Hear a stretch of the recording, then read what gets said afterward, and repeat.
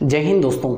आज अपन पढ़ने जा रहे हैं किरण प्रकाशिकी का एक नया टॉपिक ऐसा है कि अपन गोलीय दर्पण को अगर सोल्व करें, उसके कुछ न्यूमेरिकल्स करें या उसके डेरिवेशंस करें तो इसके बिना अपन कर नहीं सकते हैं। ये है गोलीय दर्पण से संबंधित परिभाषाएं।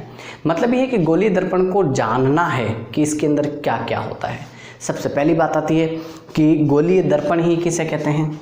गोलीय दर्पण ऐसा दर्पण जिसका परावर्तक पृष्ठ गोलीय हो, गोलीय दर्पण कहलाता है। परावर्तक पृष्ठ गोलीय हो, इस प्रकार का गोले के जैसा, तो गोलीय दर्पण कहलाता है। अब दोस्तों बात आती है कि गोलीय दर्पण कितने प्रकार का होता है। तो मुख्य रूप से गोलीय दर्पण दो प्रकार के होते हैं, अवतल दर्पण और उत्तल दर्पण। अब ये अवतल दर्पण और उत्तल दर्पण क्या है? अवतल और दूसरा होता है उत्तल। अवतल दर्पण जिसका गोलीय पृष्ठ, जिसका परावर्तक गोलीय पृष्ठ अंदर की ओर हो, इसको अपन कहते हैं अवतल दर्पण। मतलब ये है कि यहाँ से कोई भी परावर्तित होगी किरण, वो अंदर की तरफ से होगी। यहाँ से कोई किरण आ रही है तो यहाँ से टकराकर परावर्तित हो जाएगी, इसके दूसरे भाग पर पॉलिश की जाएगी। बाहरी भाग पर जब पॉलिश कर रखी हो और अंदर से परावर्तित होती हो तो इसको अवतल दर्पण कहते हैं। और जब अंदर पॉलिश की हुई हो और यहाँ से प्रकाश की किरण आकर टकरा कर परावर्तित हो जाए तो इसको अपन उत्तल दर्पण कहते हैं। अब हम पढ़ने जा रहे हैं द्वारक किसे कहते हैं। बहुत सरल सा है, सिंपल सा है। देखिएगा क्या कह रहे हैं अपन, दर्पण के वृत्ताकार भाग को द्वारक कहते हैं। ऑलरेडी अपने को पता है कि ये गोलीय दर्पण है। गोलीय दर्पण का मतलब वृत्ताकार ही होगा, गोले जैसा ही होगा। तो इस वृत्ताकार भाग को ही अपन क्या कहते हैं? द्वारक कहते हैं। तो इसके अंदर द्वारक का नाम लिख देते हैं ए बी, और चाहे तो बीच में पी लिख देते हैं। ठीक है, क्यों लिखा है पी ये आपको अभी पता चलेगा।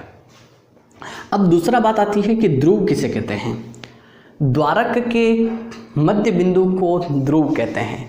द्वारक के मध्य बिंदु को, ये अपना द्वारक है, इसका मध्य बिंदु ये मध्य बिंदु, इसको अपन क्या कहते हैं? ध्रुव कहते हैं, जिसको P से प्रदर्शित किया जाता है। अब दूसरी बात आती है वक्रता केंद्र किसे कहते हैं। वक्रता केंद्र क्या पढ़ रहे हैं? गोलीय दर्पण। मतलब ये दर्पण कैसा होगा? गोले जैसा होगा। ये पूरा अगर बनाऊं तो इस तरीके का होगा। आप अच्छे से समझना, मेरे से डायग्राम थोड़ा ठीक नहीं बना है, कोई बात नहीं। ये गोले जैसा होगा और इसका केंद्र जो है ये इस वृत्त का, यही अपने को कहलाता है वक्रता केंद्र। मतलब क्या कहेंगे? गोलीय दर्पण। गोलीय दर्पण जिस वृत्त का एक भाग है, गोलीय दर्पण जिस वृत्त का एक भाग है, उस वृत्त के केंद्र को ही वक्रता केंद्र कहते हैं। आसान है, लिख लीजिएगा। दूसरी बात आती है वक्रता त्रिज्या। वक्रता की त्रिज्या किसे कहते हैं? ये वक्रता केंद्र है, इसको ओ लिख देता हूँ।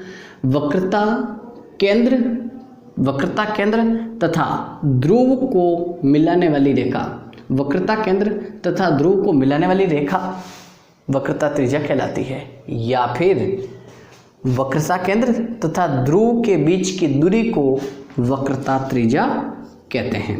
वक्रता केंद्र तथा ध्रुव के बीच की दूरी को त्रिज्या कहते हैं और इसको लिखते हैं अपन आर। क्या लिखते हैं? वक्रता त्रिज्या को कैपिटल आर से प्रदर्शित किया जाता है। उसके बाद बात आती है कि मुख्य अक्ष किसे कहते हैं।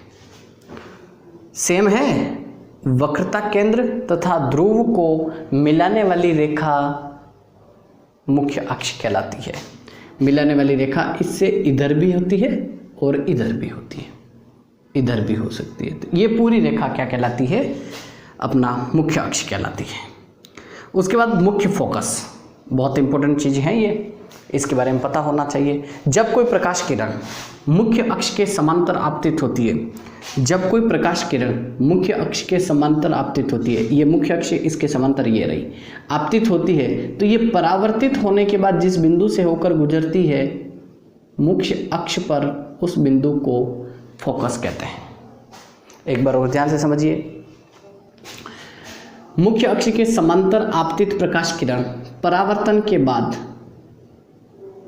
मुख्य अक्ष के जिस बिंदु से होकर गुजरती है उस बिंदु को मुख्य फोकस कहते हैं। मुख्य फोकस दूरी किसे कहते हैं?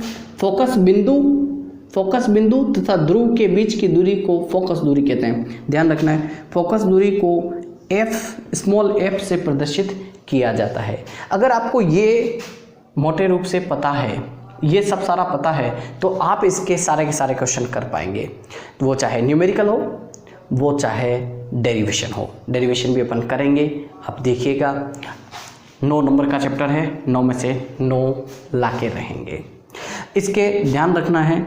इसके बाद इस यहाँ से जो परावर्तन होगा, इसके कुछ नियम हैं, वीडियो देखिएगा, डिस्क्रिप्शन बॉक्स में उसका लिंक है। वो नियम अगर पता है तभी अपन आगे सोल्व कर पाएंगे। Thank you so much.